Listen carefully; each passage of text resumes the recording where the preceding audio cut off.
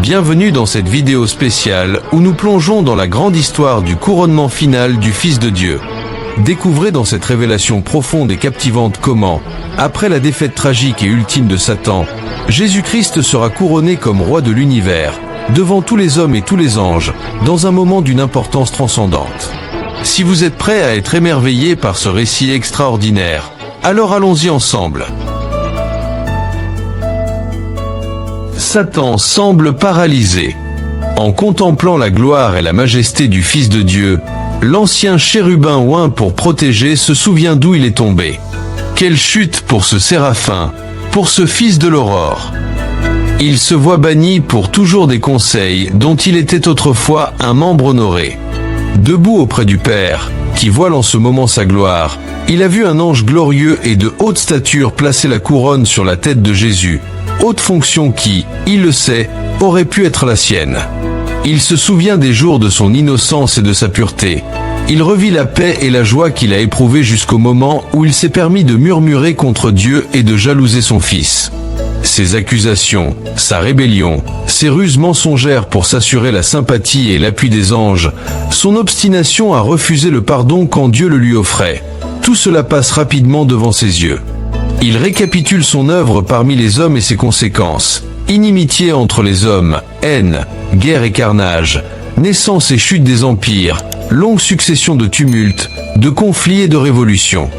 Il se souvient de son opposition acharnée à l'œuvre du Sauveur et de ses efforts pour plonger l'homme dans une dégradation toujours plus profonde. Il voit l'impuissance de ses infernales machinations contre ceux qui ont placé leur confiance en Jésus. Le royaume qu'il a fondé, fruit de ses labeurs, n'a été qu'une suite d'échecs et de ruines. Et s'il a fait croire aux foules qui l'entourent que la cité de Dieu serait une proie facile, il sait que cela est faux.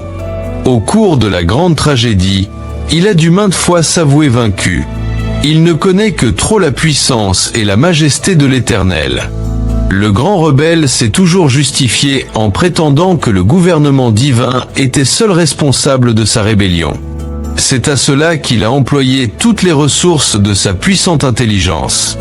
Il y a travaillé délibérément et systématiquement, et, à en juger par les multitudes qu'il a amenées à admettre sa version du grand conflit, son succès a été extraordinaire. Depuis des milliers d'années, ce chef des révoltés donne à ses sujets l'erreur pour la vérité. Mais le temps est enfin venu où cette guerre doit cesser, et où l'histoire et le caractère de Satan doivent être dévoilés. Sa dernière tentative pour détrôner Jésus-Christ, détruire son peuple et s'emparer de la cité de Dieu a entièrement démasqué le grand séducteur.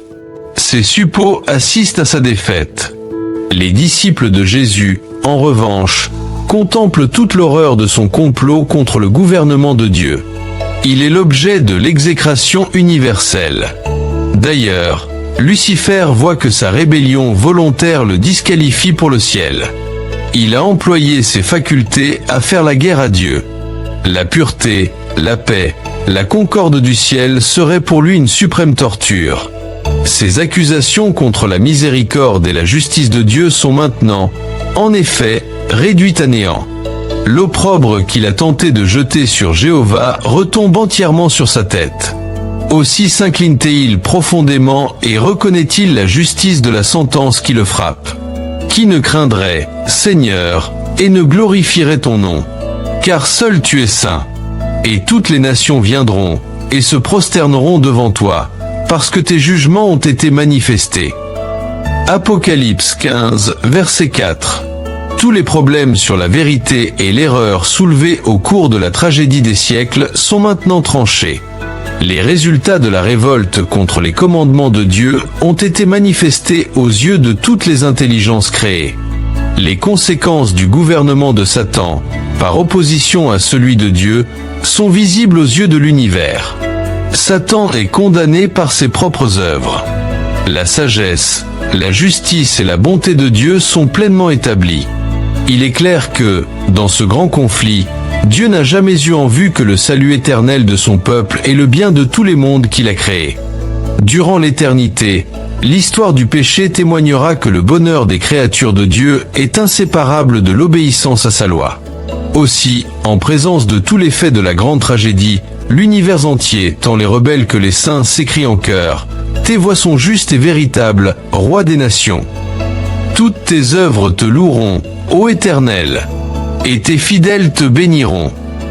Psaume 145, verset 10.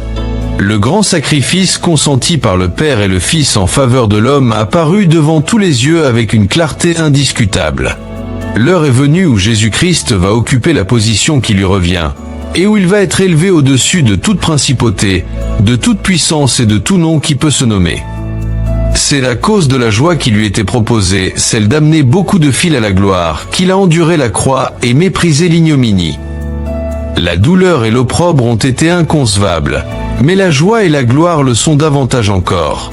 Contemplant les rachetés régénérés à sa propre image, Jésus reconnaît en chacun d'eux l'empreinte de la divinité et sur chaque visage les traits de sa propre beauté. Il voit en eux les fruits du travail de son âme, et il est satisfait. Alors, d'une voix qui est entendue de toute la multitude des justes et des méchants, il s'écrie: voici les rachetés de mon sang. Pour eux j'ai souffert, et pour eux j'ai donné ma vie. Je veux qu'ils demeurent en ma présence durant l'éternité. De la bouche de ceux qui, devant le trône, sont vêtus de robes blanches, s'élève ce chant de louange. L'agneau qui a été immolé est digne de recevoir la puissance, la richesse, la sagesse, la force, l'honneur, la gloire et la louange. Apocalypse 5, verset 12. Satan a été contraint de reconnaître la justice de Dieu et la suprématie de son Fils, mais son caractère n'est point changé. À nouveau, un esprit de rébellion éclate en lui en un torrent impétueux. Dans sa frénésie, il refuse de reconnaître sa défaite, et le moment lui paraît venu de faire une tentative suprême contre le roi des cieux. Se précipitant au milieu de ses sujets, il s'efforce de leur inspirer sa fureur, et de les pousser à engager aussitôt la bataille. Mais parmi les millions d'êtres qu'il a entraînés dans sa révolte, aucun ne veut plus maintenant reconnaître sa suprématie. Son règne est terminé. Tout en nourrissant contre Dieu la même haine que lui, les méchants voient que leur cause est désespérée, et qu'ils ne peuvent rien contre Jéhovah. Leur rage se tourne alors contre Satan et contre ceux qui l'ont aidé à les tromper. Parce que tu prends ta volonté pour la volonté de Dieu, dit le Seigneur, voici, je ferai venir contre toi des étrangers, les plus violents d'entre les peuples. Ils tireront l'épée contre ton éclatante sagesse, et ils souilleront ta beauté. Ils te précipiteront dans la fosse.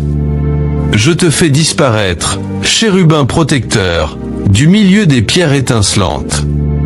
Je te jette par terre, je te livre en spectacle au roi. Je fais sortir du milieu de toi un feu qui te dévore, je te réduis en cendres sur la terre, aux yeux de tous ceux qui te regardent. Tu es réduit au néant, tu ne seras plus à jamais. Toutes chaussures qu'on porte dans la mêlée, tout vêtement guerrier roulé dans le sang, seront livrés aux flammes, pour être dévorés par le feu. La colère de l'Éternel va fondre sur toutes les nations, et sa fureur sur toute leur armée. Il les voue à l'extermination, il les livre au carnage. Il fait pleuvoir sur les méchants des charbons, du feu et du soufre. Un vent brûlant, c'est le calice qui longtemps partage. Ésée 9 verset 4, 34 verset 2 et Psaume 11 verset 6. Des flammes de feu descendent du ciel. La terre s'entr'ouvre. Les armes qu'elle recèle dans son sein jaillissent de toutes les crevasses. Les rochers même prennent feu.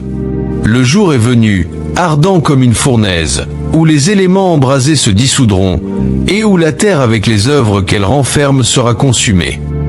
Malachie 4 verset 1. Sa surface ressemble à une masse de métal en fusion, à un immense feu.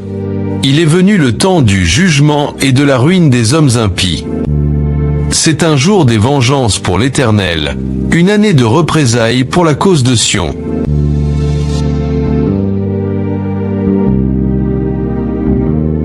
Les méchants reçoivent leur rétribution sur la terre. Ils seront un chaume, et ce jour qui vient les enflammera, dit l'Éternel des armées. Les uns périssent en un instant, tandis que d'autres souffrent durant plusieurs jours.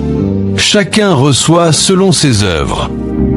Les péchés des justes ayant été transférés sur Satan, celui-ci est appelé à souffrir non seulement pour sa propre rébellion, mais aussi pour tous les péchés qu'il a fait commettre au peuple de Dieu. Son châtiment sera infiniment plus sévère que celui de ses victimes. Après que tous ceux qui se sont perdus par sa faute auront péri, il continuera encore à vivre et à souffrir.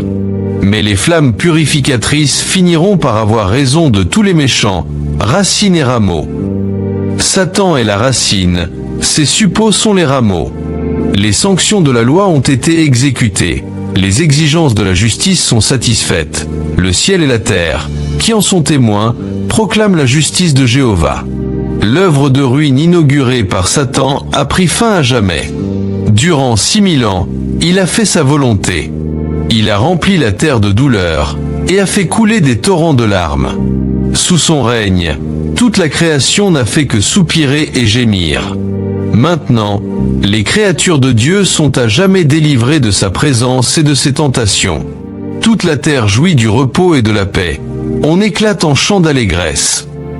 Une acclamation de triomphe et de joie monte vers Dieu de tout l'univers fidèle. Et j'entendis comme une voix d'une foule nombreuse, comme un bruit de gros seaux, et comme un bruit de fort tonnerre, disant « Alléluia ! Car le Seigneur notre Dieu Tout-Puissant est entré dans son règne. » Chers frères et sœurs, nous tenons à vous remercier d'avoir suivi cette vidéo jusqu'à la fin.